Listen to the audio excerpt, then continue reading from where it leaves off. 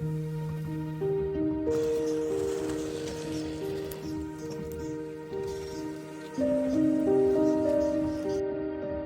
Hello, welcome to another episode of Attoor vlogs. Attoor വ്ളോഗ്സിൽ ഇന്ന് നമ്മൾ പരിചയപ്പെടാൻ പോകുന്നത് റബ്ബർ പ്ലാന്റിനെയാണ്. ഫൈക്കസ് ഇലാസ്റ്റിക്ക എന്ന ശാസ്ത്രീയ നാമത്തിൽ അറിയപ്പെടുന്ന ഒരു ചെടിയാണ് റബ്ബർ പ്ലാന്റ്.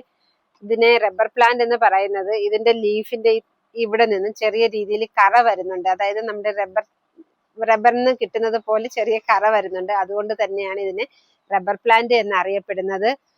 വളരെ നല്ല, നമുക്ക് ഇൻഡോർ ആയിട്ട് സെറ്റ് ചെയ്യാൻ പറ്റിയ വളരെ നല്ലൊരു പ്ലാന്റ് ആണ്. പരിചരണം വളരെ കുറച്ച് മാത്രം മതി. എല്ലാവർക്കും ഈസി ആയിട്ട് പരിചരിക്കാൻ പറ്റിയ, സമയക്കുറവുള്ളവർക്ക് പോലും ഈസി ആയിട്ട് നടാൻ പറ്റിയ ഒരു പ്ലാന്റ് തന്നെയാണ് റബ്ബർ പ്ലാന്റ്. ഇനി നമുക്ക് ഇതിന്റെ പരിചരണത്തെ കുറിച്ച് നോക്കിയാലോ. റബ്ബർ പ്ലാന്റിന് ഇൻഡയറക്റ്റ് സൺലൈറ്റ് ആണ് ആവശ്യമുള്ളത്. നമ്മുടെ വീടിന്റെ അകത്ത് വെക്കുകയാണെങ്കിൽ കിഴക്ക് വശത്ത് ജനൽ ഭാഗത്തോ അല്ലെങ്കിൽ കോർണറിൽ നല്ല വെളിച്ചമുള്ള കോർണർ ഭാഗത്തോ നമുക്ക് ഇതിനെ വെക്കാവുന്നതാണ്. പിന്നെ വെള്ളം വളരെ കുറച്ച് മാത്രം ആവശ്യമുള്ള ഒരു ചെടിയാണ്. അതായത് ആഴ്ചയിൽ 2-3 ദിവസം മാത്രം നമ്മൾ ഇതിനെ നനച്ചു കൊടുത്താൽ മതി. വെള്ളം കൂടുതലായാൽ ഇതിന്റെ വേര് ചെയ്യും. വെള്ളം ആവശ്യത്തിന് വേണം, അതുപോലെ തന്നെ അധികമാവുകയും ചെയ്യരുത്. പിന്നെ വളം എന്ന് പറയുന്നത് വളരെ കുറച്ച് മാത്രം. അതായത് 3-4 ആഴ്ച കൂടുമ്പോഴത്തേക്ക് 19-19-19 ലിക്വിഡ് ആയിട്ടുള്ള വളം നമുക്ക് സ്പ്രേ ചെയ്ത് കൊടുക്കാവുന്നതാണ്. പിന്നെ ഇടയ്ക്കൊക്കെ ഇതിന്റെ ഇലകൾ അഴുക്കാകുമ്പോഴത്തേക്ക് നമ്മൾ നന്നായിട്ട് പൊടി പറ്റുമ്പോഴത്തേക്ക് തുടച്ച് ക്ലീൻ ആക്കി കൊടുക്കണം. ആ ഇലകളുടെ ഗ്ലേസിംഗ് ആണ് ഈ ചെടികളുടെ അട്രാക്ഷൻ എന്ന് പറയുന്നത്.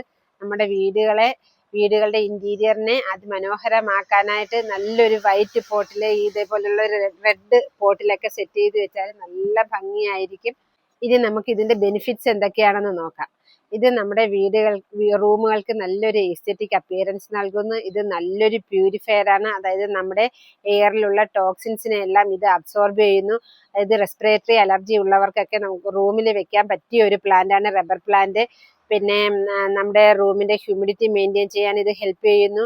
അതുപോലെ തന്നെ അക്കോർഡിംഗ് ടു ഫെങ്ഷെ ഇത് ലക്കിനെയും ഗ്രോത്തിനെയും അട്രാക്ട് ചെയ്യുന്ന ഒരു പ്ലാന്റ് ആണ്. അതായത് നമ്മുടെ വീടിന്റെ മീൻസ് ലിവിംഗ് റൂമിന്റെ തെക്ക് കിഴക്ക് കോർണറാണ് റബ്ബർ പ്ലാന്റ് വെക്കാൻ പറ്റിയ സ്ഥലം അക്കോർഡിംഗ് ടു ഫെങ്ഷെ.